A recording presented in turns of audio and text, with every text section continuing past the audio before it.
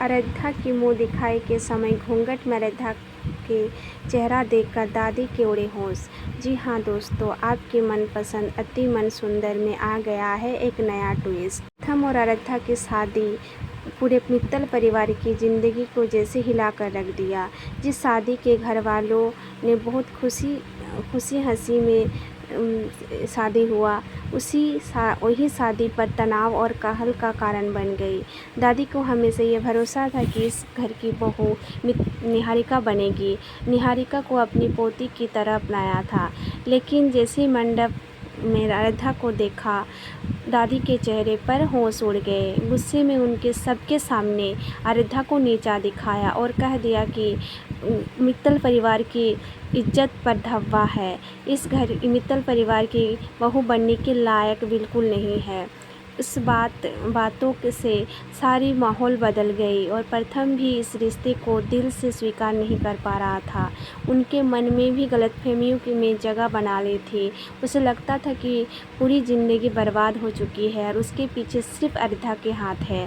शादी पूरी होने के बाद भी उनके चेहरे पर नफरत साफ झलक रही थी, लेकिन अपने आंसुओं को रोकते हुए अराध्या खुद संभाला। उसने सास रजनी का हाथ पकड़कर कहा, माँ, चाहे हालात जैसे भी हो, मैं इस घर को टूटने नहीं दूंगी। रिश्तों को जोड़ने के लिए मैं अपनी पूरी ताकत लगा दूंगी।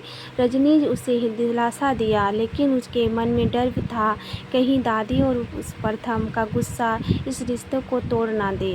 उन्हीं तनावों के बीच अचानक घर की घंटी बजी और माहौल बिल्कुल चुप था। रजनी ने धीरे से बेटा कहा, बेटा देखो धीरे दरवाजे में कौन आया है। बेटा जैसे ही अराध्या दरवाज़ा खोला, उसकी सांसें थम गई। सामने खड़े थे वही शख्स जिसे उसने बरसों में सिर्फ तस्वीरों में देखा था। उसने अराध्या के पापा दिव्यम बंसल 20 साल पहले एक हादसे में, जिन्हें सब ने हमेशा के लिए खो दिया था, अचानक सामने खड़े देखकर अराध्या की आंखों में आंसू बहने लगे। दौड़कर उसने लिपट गई और उससे पूरे परिवार की आंखें फटी की फटी रह गई।